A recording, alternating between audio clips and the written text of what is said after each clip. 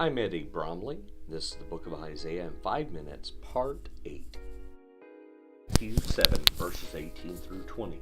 A good tree cannot bear bad fruit, nor can a bad tree bear good fruit.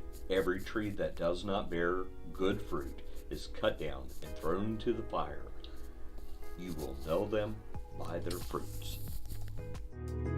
The vine is either good for fruit or it is good for nothing. Isaiah 5 is a song of unrequited love, sung by a broken-hearted God.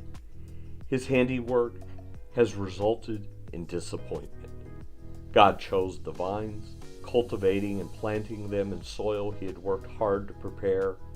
He built a wall of protection around the vineyard to keep it from being trampled and plundered by wild beasts, and built a permanent dwelling place in the middle of the vineyard so that he could always be among his work.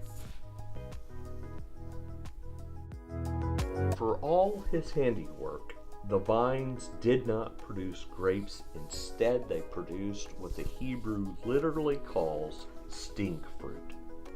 God lavished total grace upon his people, yet their lives looked as if God had done nothing for them. Exasperated, God asked the reader, "What more could I have done?" If this vineyard is ever going to produce fruit and wine, God is going to have to tear everything out and start again.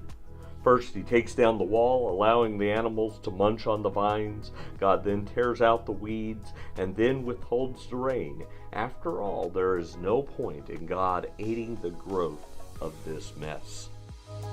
John 15, Jesus says, "I am the vine, and my Father is the vine grower. He removes every branch in me that bears no fruit. Every branch that bears fruit, he prunes to make it bear even more fruit." Instead of good and luscious fruit, God's people have borne only stink fruit. What is stink fruit? Well, there's several variations, several varieties that are mentioned. 8 through 10 mention oppressive landowners. The Bible is not against people becoming wealthy per se, but it has very much to say about how wealth is acquired and how it is used. Misguided ambition that puts wealth acquisition ahead of people is sinful. Verses 11 through 17, we discover those who are consumed by drunken revelry. Again, God is not against having fun per se.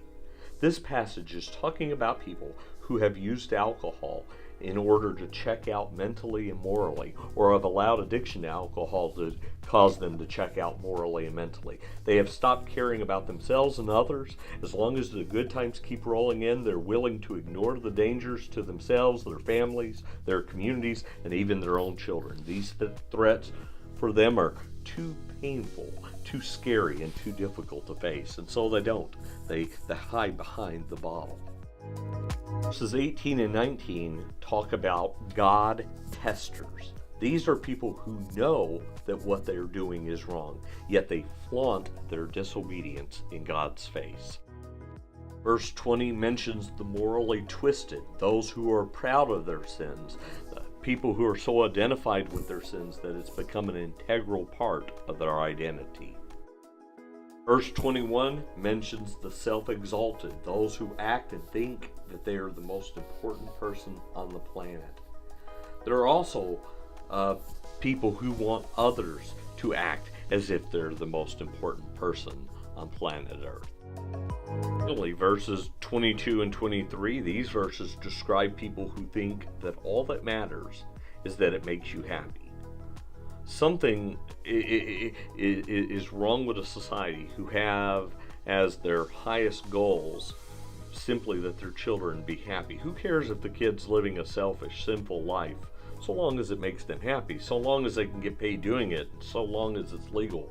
Forget living a life that serves and honors God. This is what Isaiah calls stink fruit. God is going to have to tear out the weeds and cleanse the area with fire so that some healthy plants can grow there. The fruit that God is looking for: justice, mercy, and people who are walking humbly with God. Is your life bearing good fruit? If so, what might God have to do to make it more fruitful? If not, if instead you're bearing stink fruit, what might God need to do in order to cleanse the ground and prepare the soil so something good can be produced in your life? If you enjoyed this video, please give it a thumbs up. Please subscribe for future content.